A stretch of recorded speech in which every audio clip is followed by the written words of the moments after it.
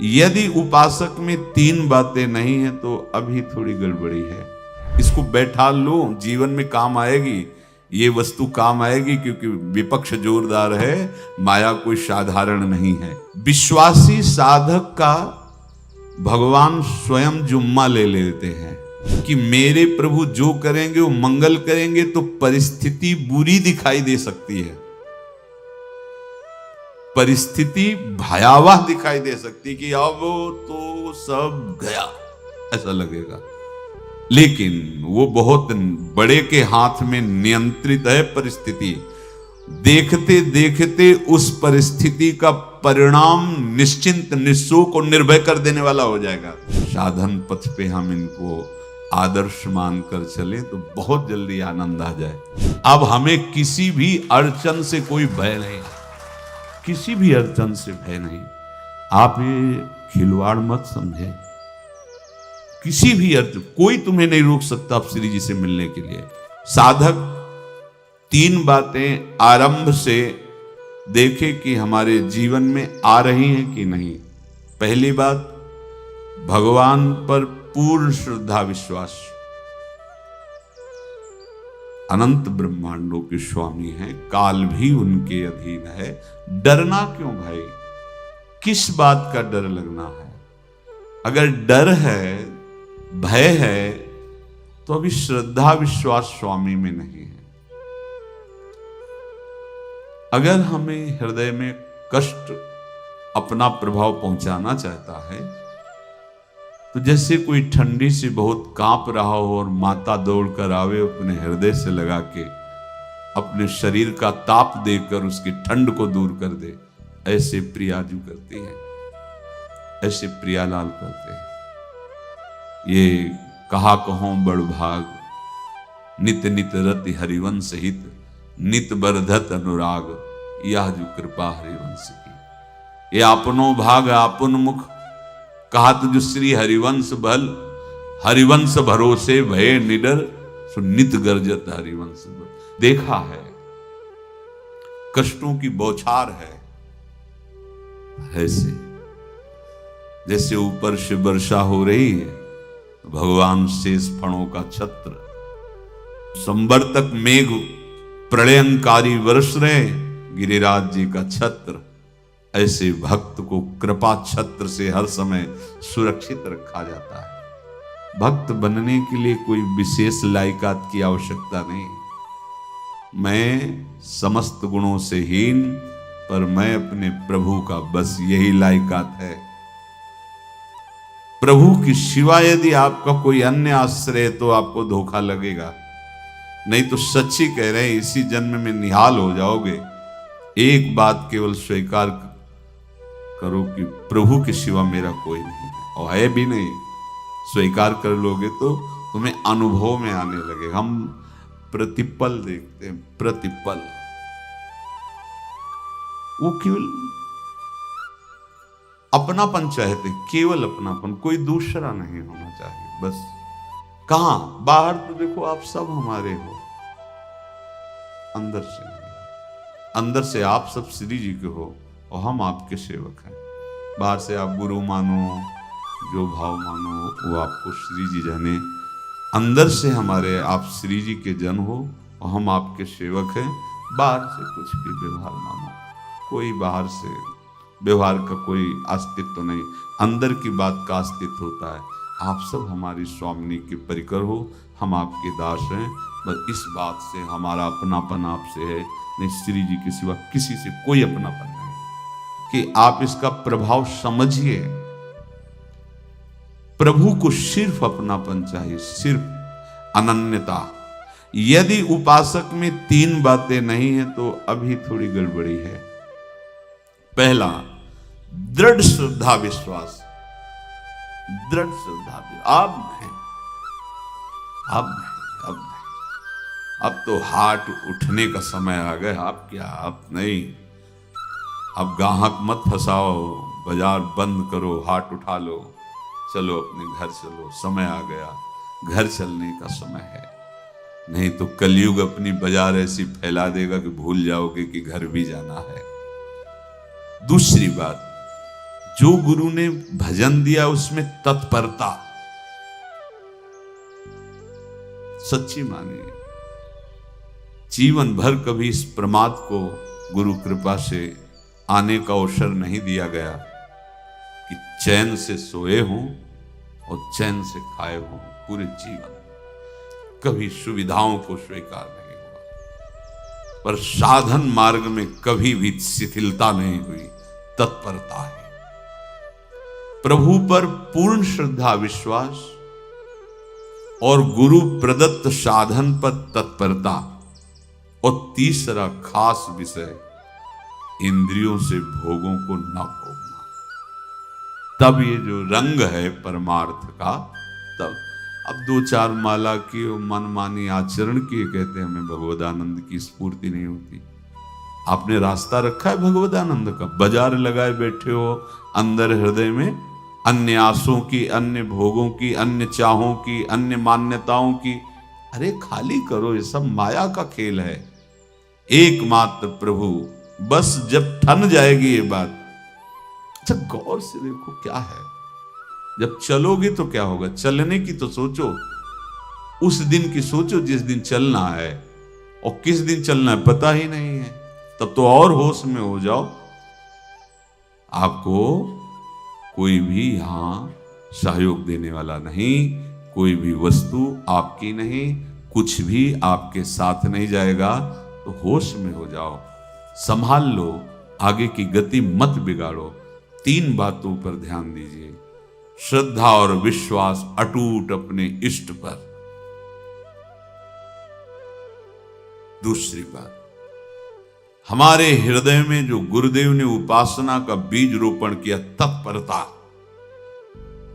देखो आपको हृदय की बात कहता हूं, माया के पास केवल प्रलोभन है, ये सुख में बांधती है। सुख का प्रलोभन अच्छे से सजा के पेश करके देना, साधक को भ्रष्ट करना, ये इसका स्वभाव है माया का। माया किसी व्यक्ति का नाम नहीं, किसी शरीर का नाम नहीं। भगवद विमुखता जिस वस्तु व्यक्ति स्थान से हो वही माया है। माया का मतलब थोड़ी जिसे कोई स्त्री शरीर पे आरोप कर दे या पुरुष शरीर पे आरोप कर दे ये तो माया है, तो और क्या है। मैं, मोर, तोर, तय और जहां तक इंद्रियां जाएं, जहां तक मन जाए, सब माया ही है। इसको देखा है भगवान के पार्षदों ने।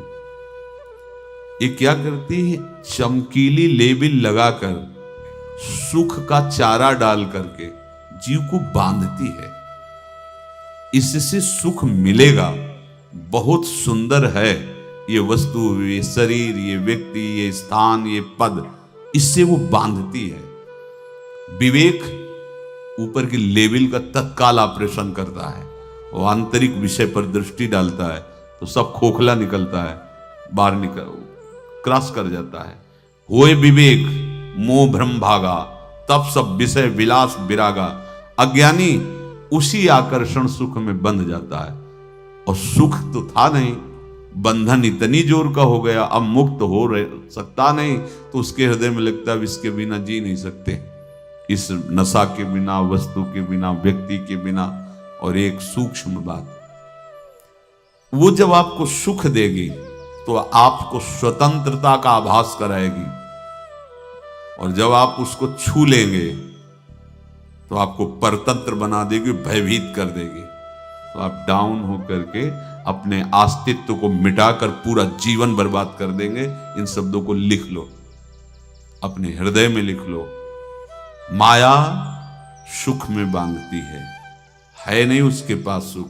जिसे तुम सुख समझते हो वो सुख नहीं, बिल्कुल सुख नहीं, वो सुख की छाया है, तुम्हें समझ पड़ती नहीं, ये गिरधर की माया है। उस सुख का बंधन, आप देखो कुछ भी क्रिया करते हो माया जनित तो प्रलोभन होता है, सुख मिलेगा, और जिस समय सुख मिलने के लिए आप लालायित हुए उस समय सुख भोगने की स्वतंत्रता आपको दे देगी। लो, आप समझ रहे हैं हम स्वतंत्र स्वामी होकर सुख भोग रहे हैं? नहीं, अब भोग लिए ना, अब गुलामी उसकी सहो। अब तुम्हें वैराग्य हो रहा कि मैं नहीं भोगूंगा, तो उसकी दृष्टि बदलेगी। समझ रहे हो? अब आप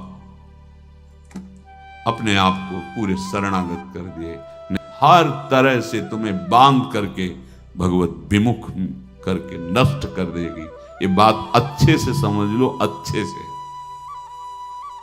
इस सुख का प्रलोभन देकर बांधती सुख है नहीं, क्योंकि आप उपासक हो। जब सुख में उतरोगे तो कितने दिन फिर आपको घृणा होगी कि अरे धिक्कार हमारे जीवन, फिर लौटने का चांस नहीं रहेगा। ध्यान से सुन लो, लौटने का चांस नहीं देगी माया। तुम्हारी ऐसी आंतरिक कमजोरी हो जाएगी, ऐसी वृत्तियां कमजोर हो जाएंगी कि तुम उस माया के इशारे पर नाचोगे, उसके विपरीत तुम बोलने की भी ताकत नहीं रख सकते। मान लीजिए, विषय चुगा जिन चुगे, कछुक चुगत सुख होए, फिर जो फांसी ऐसी लगे, तेसम दुख न को। ये अनुभवी महापुरुष रसिक शेखर श्री ध्रुवदास जी महाराज कह रहे हैं। तो तीसरी बात का संयतेंद्रिय, दृढ़ श्रद्धा विश्वास भगवान पर, गुरु प्रदत्त प्रबल साधना में तत्परता, और इंद्रियों की गुलामी कभी स्वीकार न करना। जीवन में ध्यान रखा जाए, केवल प्राण पोषण शरीर के निर्वाह के लिए जो निरपेक्ष भाव से मिले उसे स्वीकार करो, अन्यथा ये प्रलोभन सुख का देकर माया तुम्हें बांध लेगी और फिर तुम्हें अधीन कर लेगी। कितने ऐसे मार्ग में उत्साहित होकर चलते हैं, पर गुरु कृपा पात्र ना होने के कारण, चतुर खिलाड़ी ना होने के कारण वो प्रलोभन में फंस जाते हो। फंस गए तो फिर मछली का कांटा जानते हो, ऐसे अब वो चाहे जितना हिले डुले, वो कांटा नहीं निकल सकता। अब तो उसको मरना ही पड़ेगा। ये जन्म बर्बाद ना हो, आप सबसे प्रार्थना है। बहुत ही अपने घर की जैसी बात होती है। इसका कार्य है माया का सुख में बांधना, सुख के प्रलोभन से, और आपको सुख भोगने के लिए स्वतंत्रता देना। आप उस स्वतंत्रता से सुख भोगे कि न जाने कितने जन्मों की परतंत्रता तुमने स्वीकार कर ली। अगर इस रहस्य को जान जाओगे तो डरोगे। यही डरे डर हरिवंश ही। श्वास जैसे मनुष्य स्वाभाविक लेता है, खाते पीते सोते चलते उठते बैठते बात करते हंसते, सब अवस्थाओं में आप श्वास नहीं लेते, स्वाभाविक आ जा रही है। ऐसे ही श्वास प्रश्वास अपने आराध्य देव के स्मरण का अभ्यास बना लो। अभ्यास योग युक्तेन चेतसा नान्यगामिना। और जैसे तनिक भी श्वास रुकी तो घबराहट, बेचैनी, परेशानी आ जाती है, ऐसे ही श्वास प्रश्वास यदि नाम से खाली जाने लगे तो घबराहट, परेशानी, जलन पैदा होनी चाहिए। तब आप उपासक माने जाएंगे। क्या ऐसा हो रहा है? क्या हृदय की ऐसी स्थिति है तो धन्यवाद, नहीं है तो इसी की प्राप्त करने के लिए प्रियाजू ने हमें अपने मार्ग में घसीटा है, चाहे वो गृहस्थ हो चाहे वो विरक्त हो। यदि श्वास प्रश्वास में नाम न हुआ तो तुम्हें घबराहट होनी चाहिए। भूरी सखी जी कहते हैं कि मेरे जी में बड़ी घबराहट होती है, ऐसे वो जी घबरात। भूरी सखी जी कह रहे हैं, श्वास नाम दो बिलक चलत है, इनको भेद न मोको भावे। मुझे बहुत घबराहट पैदा हो रही। प्रियाजू से कह रहे हैं कि श्वास प्रश्वास में नाम का क्रम नहीं बन पा रहा, टूट रहा है, मुझे ऐसा अच्छा नहीं लग रहा। आप कृपा करो प्रियाजू, श्वास ही नाम, नाम ही श्वासा, नाम श्वास को भेद मिटावे। प्रियाजू ऐसी कृपा कर दो, श्वास प्रश्वास आपका नाम चलता रहे। ये बात प्रवचन ना मान करके जीवन मान लीजिए। जैसे हमारी श्वास प्रश्वास उठते बैठते चलते फिरते खाते पीते स्वाभाविक चलती है। हम ऐसा अभ्यास नाम का करें कि ऐसे चले जैसे हमारी श्वास प्रश्वास रुकने लगे तो घबराहट बेचैनी प्राण व्याकुल हो जाते हैं। ऐसे ही श्वास प्रश्वास में यदि नाम रुकने लगे तो तद स्मरणेन परम व्याकुल तीत घबराहट पैदा हो जाना चाहिए। नहीं होती तो अभी बहुत दूर नगरी, होती है तो अब निहाल हो गए हो, तुम चिंता मत करो। आगे का जो दिव्यात्मक स्वरूप है वो आना प्रारंभ हो जाएगा। रोम रोम रग रग बोले तब कुछ स्वाद नाम को पावे। यही सारा वैभव प्रकाशित हो जाता है। जहां तक हो सके किसी भी अनर्थ के हटाने का तुम प्रयास और चिंता मत करो। बहुत अनुभव की बात है। जैसे तुम कहीं फंस गए, गलती हो गई तुमसे, माया ने फंसा लिया, अब निर्भय हो जाओ। तुम्हारा अपमान होगा, तुम्हारी निंदा होगी, कुछ नहीं बिगड़ेगा, लेकिन पूरा जीवन बर्बाद नहीं कर देना है। प्रभु के भरोसे हो जाओ कि यदि आपको अपमान और निंदा करवानी तो करवाओ, पर अब लो नसानी अब ना न सही हो। मैंने समझ गया, अब आगे बढ़ूंगा, नहीं रुकूंगा। कुछ भी हो जाए, प्राण चले जाए, सभा में अपमान हो जाए, तो भी मैं अब रुकने वाला नहीं। समझ रहे? प्राप्त अनर्थ की निवृत्ति की चिंता में नहीं रहना तुम्हें। अगर तुमसे अनर्थ हो भी गया है तो तत्काल आगे बढ़ो। तुम्हारा इष्ट वो तो जान रहा है ना, तो पकड़ो उसी को। आप जान रहे थे मैं फिसल रहा था, आपने नहीं रोका ना, चलो अब आपके ऊपर है। आप चाहे अपमान करवाओ, चाहे निंदा करवाओ, चाहे आप हमारा ये शरीर छुड़वा दो, अब मैं आपको छोड़ने वाला नहीं। बिल्कुल ये बात पकड़ लेना। ये जीवन में कई बार ऐसे अवसर आते हैं जहां हमारी भक्ति को बाधित करने के लिए माया ऐसे कांटे फैला देती है और हम असमर्थ हो जाते हैं, हम दब जाते हैं। कुछ गड़बड़ नहीं होगा, मृत्यु से ज्यादा कुछ गड़बड़ होने वाला नहीं। जो गड़बड़ हो गया अब दोबारा होगा नहीं, और उसमें हम दबेंगे नहीं, हम उसे क्रॉस करके आगे बढ़ेंगे भगवत मार्ग। कुछ नहीं होगा, विश्वास करना। वो ऐसे फूल जैसा निकाल के तुम्हें अलग कर देंगे। विश्वास रखना, विश्वास रखना। इस बात पर हम जोर दे के कह रहे हैं, नहीं फंस जाओगे, फंस जाओगे। कभी इष्ट गुरु से छुपाओ मत करना कि अगर ये जान गए तो। नहीं, जानो, तुम जानो। क्यों जाने? गलती तो तूने की। अगर हमारी गलती है तो आपकी भी गलती है। कैसे? छोटा बालक जब गिरता है, मां दौड़ के उठाने जाती है ना, तो पहला रोष दृष्टि उसकी मां की होती है। अब तो उठा रहे हो, और जब गिरने जा रहे थे तब क्यों दृष्टि नहीं डाली? अगर पकड़ लेती तो गिरता ही क्यों नहीं?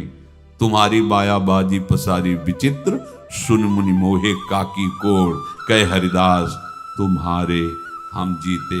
तो ये अपने संबंध बल से बात कर रहे हैं। झुकना नहीं, टूटना नहीं। माया का कार्य है झुका देना, रौन देना, और पश्चाताप मत करना। प्राय कहा जाता है प्रायश्चित करो, पश्चाताप। हमारे पास समय नहीं है। राधा राधा राधा सब हो गया, पश्चाताप बढ़ा गए। नहीं तो इसी चिंता में गलती हो गई। गलती हुई तब समय नष्ट हुआ, अब वर्तमान में उसका चिंतन करके नष्ट करो, और आगे के चिंतन की गुंजाइश नहीं रह गई, क्योंकि आप अपने हृदय को इतना गिराते चले जा रहे हो, हृदय का स्तर, कि उत्साह ही नहीं रह जाएगा। यह ऑपरेशन है सीधे भगवत प्राप्ति के लिए। बिल्कुल दृढ़ विश्वास। तुम्हें अब अपनी चिंता नहीं करनी। बैठा लो, हृदय में बैठा लो। अगर भगवत विश्वास नहीं तो घबराहट पैदा हो जाएगी, भय हो जाएगा, विषाद हो जाएगा। अरे कितनी बार संसार में अपमान हुआ है, कितनी बार सम्मान हुआ है। ये कुछ सम्मान और अपमान कुछ अस्तित्व तो नहीं रखता। अब हरि नहीं छूटेंगे। भाग हरि की तरफ, भाग। बिल्कुल परवाह न कर, भाग। किसी के फंदे में मत फंस, भाग। ये अंदर की पुकार है, अंदर की बात कह रहा हूं। ये मन बहुत बदमाश है। पहले तो लुभायमान करके सुख में बंधाता है, और फिर भय और संकट विषाद में फंसा देता है। प्रभु का विधान संदेह युक्त नहीं होता। निसंदेह तुम्हारे सामने वो विधान प्रकट होगा जिससे तुम्हारा परम मंगल हो जाएगा, परम मंगल हो जाएगा। डरना। बताया नहीं था एक बार प्रेम भगत की बात, तो हमारे पास प्रेम जी आते थे, बहुत नाम जापक थे, श्री हरिवंश। तो उनसे पूछा आपकी ऐसी नाम निष्ठा कैसे आई? तो उनका गलती से नाम निष्ठा कैसे आती है? तो किसी पद के अधिकारी थे जिसमें किसी कानून के विरुद्ध उसमें दस्तखत कर देने से करोड़ों रुपया उनको प्राप्त होना था। तो रात्रि में ऑफिस में बुलवा के उन्होंने वो गलती कर दी दस्तखत की। बड़े अधिकारी थे और वो उनको पता नहीं था कि वो षड्यंत्र है, और पहले से कैमरा रख दिया गया था, पूरा वीडियो लेते देते, बातचीत करते, दस्तखत करते, सब प्रमाण।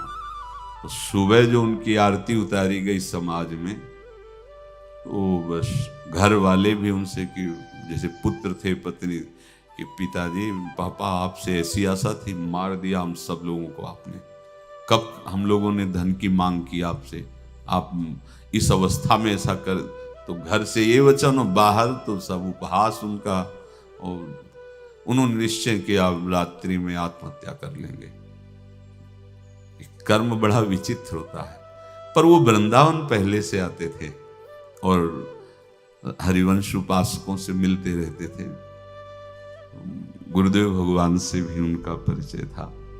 गलती किसी से भी हो सकती, चूक है, यही तो है ना। कंचन कामिनी कीर्ति, कहीं भी लुभायमान। शायद उनके मन में लगा होगा कि दस्तखत कर लेंगे और मिल जाएगा, वृंदावन वास करेंगे, झंझट छूट जाएगी। कुछ ना कुछ ऐसा आया होगा, क्योंकि वो अधार्मिक प्रवृत्ति के नहीं थे, पर क्रिया तो हो गई ना, षड्यंत्र था वो। उन्होंने सोचा रात्रि में अब हम प्राण त्याग देंगे। तो धाम आना और रसिकों के संग के प्रभाव से एक दिव्यता प्रकट हुई। वो सबके सामने सोने का नाटक करके लेट गए। तो परिवार वालों, नजर तो सबकी थी कि विकसित हैं, परिवार वालों को लगा सो गए। तो रात्रि जब सोए थोड़ा ऐसे, तो वास्तविक नींद आ गई और स्वप्न में देखा कि कोई उनसे कह रहा, देखो तुम्हारे सिरहाने सेवक वाणी रखी है, इसको पकड़ो, मरने की जरूरत नहीं, सब ठीक हो जाएगा। जगह तो सेवक वाणी सिरहाने रखी हुई थी। जैसे एक भक्त को तुलसी दल नामक ग्रंथ सिरहाने रखा। अरे अलौकिक शक्ति संपन्न भगवान और भगवान के पार्षद, बस सब बात हट गई। और उनकी जिह्वा और उनके मन ने, जैसे ना मरने वाले को प्राण मिल जाए कि भाई प्राण रक्षा, ऐसा को श्री हरिवंश हमारे रसिक समाज में जब वो आते थे, उनका अच्छा सम्मान होता था। तेजो में चेहरा हुए वृद्ध शरीर, श्री हरिवंश ऐसे चलता रहता, बात करते और श्री हरिवंश ऐसी नाम में रति देखी। देखो ना क्या हुआ, घटना क्या थी, दृश्य क्या था, जीवन बिल्कुल व्यर्थ हो क्या गया, लोक सम्माननीय जीवन बन गया, महात्मा बन गए और भगवत प्राप्त हो गए हैं, उनका शरीर छूट गया है। तो यहां कह रहे हैं कि तुम्हें किसी भी हेतु से अपनी चिंता नहीं अब करनी। प्रभु का विधान निसंदेह परम कल्याण में होता है, तुम्हें संदेह नहीं करना। कड़ुआ हो सकता है, लेकिन अवसर तो मिल जाएगा श्री जी की तरफ भागने का। हम अपने को अच्छा साबित करने के लिए पूरा जीवन लगा दें, नहीं भाई, हम नीच आचरण वाले पर हम भागेंगे प्रभु की तरफ, लोक पावन करने वाले महात्मा बन जाओगे। सतरति लोकांत, इसको बैठा लो, जीवन में काम आएगी, ये वस्तु काम आएगी, क्योंकि विपक्ष जोरदार है, माया कोई साधारण नहीं है। विश्वासी साधक का भगवान स्वयं जुम्मा ले लेते हैं। विश्वासी साधक का भगवान स्वयं, देखो अपने मन में तुम किसी प्रकार की चिंता न रख करके ये आज से विश्वास कर लो कि अब मेरे जीवन में जो होगा, मेरे प्रियाजू के द्वारा किया हुआ विधान परम सुखप्रद होगा, परम मंगलमय होगा।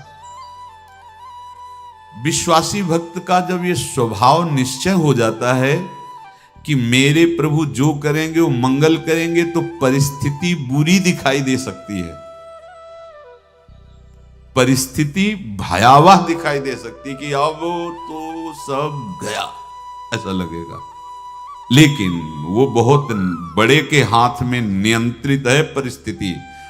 देखते देखते उस परिस्थिति का परिणाम निश्चिंत, निःशोक और निर्भय कर देने वाला हो जाएगा। भयभीत मत होना। बहुत ही अमृतमयी बातें हैं। अगर अपने साधन पथ पे हम इनको आदर्श मानकर चलें तो बहुत जल्दी आनंद आ जाए। किसी भी अड़चन को तैयार रहो।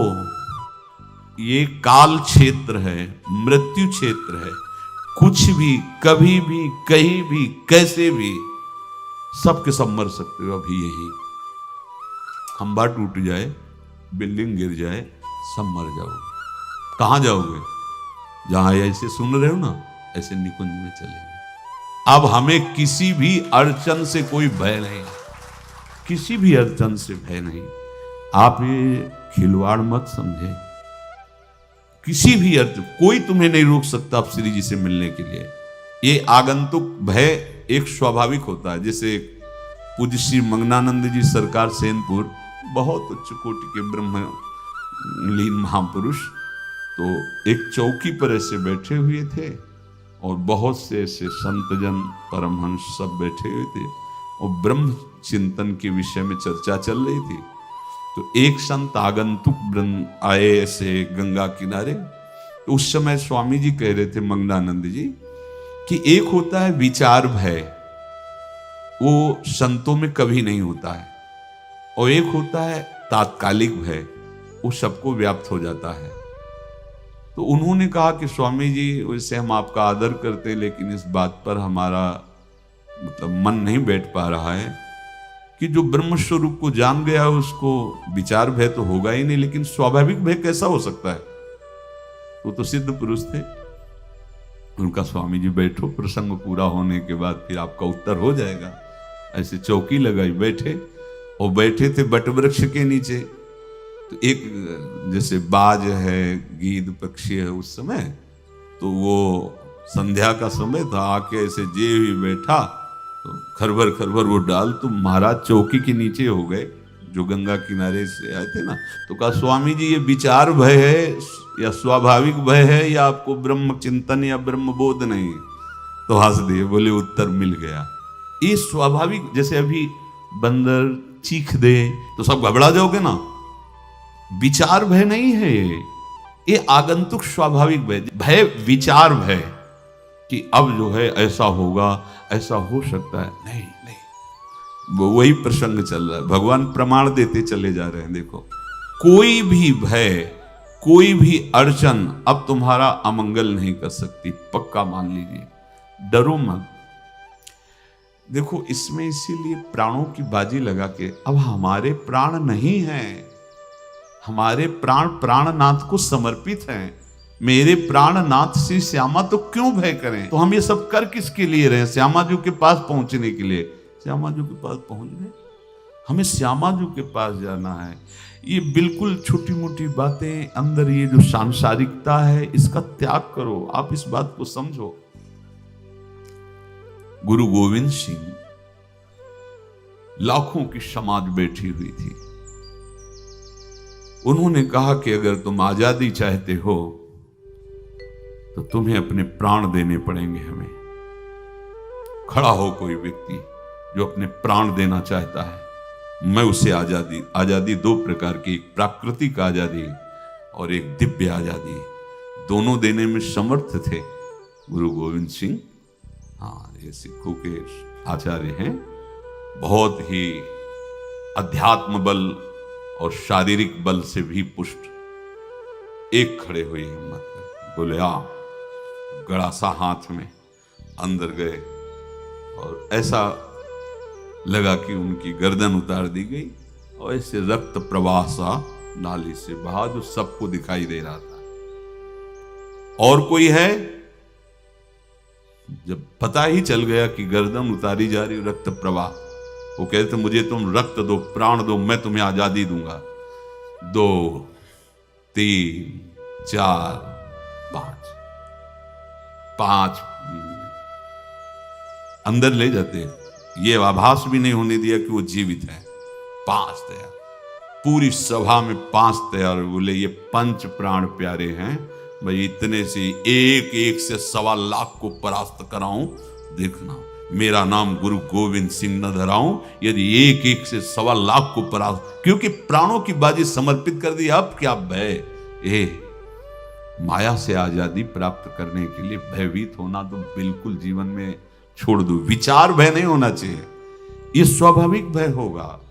अभी कोई ऐसी आवाज आ जाए, वो ऐसे स्वाभाविक होता है, उस पर तर्क वितर्क नहीं किया जाता। विचार भय नहीं होना चाहिए। जानते हो तुम्हारा जीवन, तुम्हारे प्राण, तुम्हारा शरीर हरि को समर्पित है और हरि के अधीन काल है, कुछ नहीं हो सकता, और जो कुछ होगा वो परम मंगल होगा। किसी भी अड़चन को भगवान के सौहार्द के सामने अड़चन मत मानना। हम अगर अड़चन को दूर करने का प्रयास करेंगे तो अड़चन हमें फंसा लेगी, अड़चन। और यदि भगवान पे विश्वास कर लिए तो वही अड़चन अर्चन बन जाएगी, उपासना बन जाएगी। मान लीजिए बात, मान लीजिए आप लोग तो गृहस्थ में देखा होगा, हमने देखा है, बच्चा गिरा, रोने लगा, माँ उठाने आई, छाती से लगाया, वो माँ के थप्पड़ मार रहा है।